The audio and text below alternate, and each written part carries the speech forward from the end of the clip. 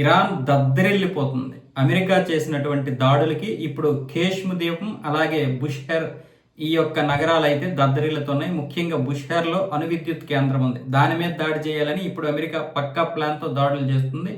అలాగే కేష్మ్ ద్వీపంలో ఉన్నటువంటి సాధారణ పౌరుల జీవితాల మీద కంటే పౌరుల నివాసాల మీద కూడా దాడులు చేస్తుంది.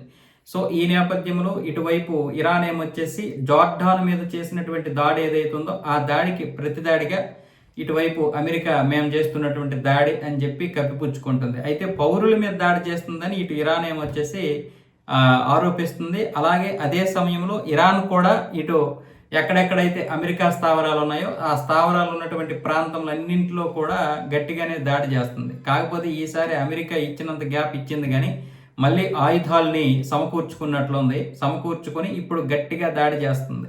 ఈ దాడిలో అనేక మంది ప్రాణాలు కోల్పోతున్నారు. ముఖ్యం బషార్లో ఉన్నటువంటి ఆ విద్యుత్ కేంద్రం ఏదైతే ఉందో దాని మీద అయితే బాగానే దాడి చేయడానికి ప్లాన్ చేస్తుంది. అక్కడ నుంచి ఏ విధంగా కూడా పవర్ సప్లై లేకుండా ఇరాన్ని పూర్తిగా చీకటమయంలో నింపాలని చూస్తుంది అటు దక్షిణ వైపు ఉన్నటువంటి ఇరాన్ని.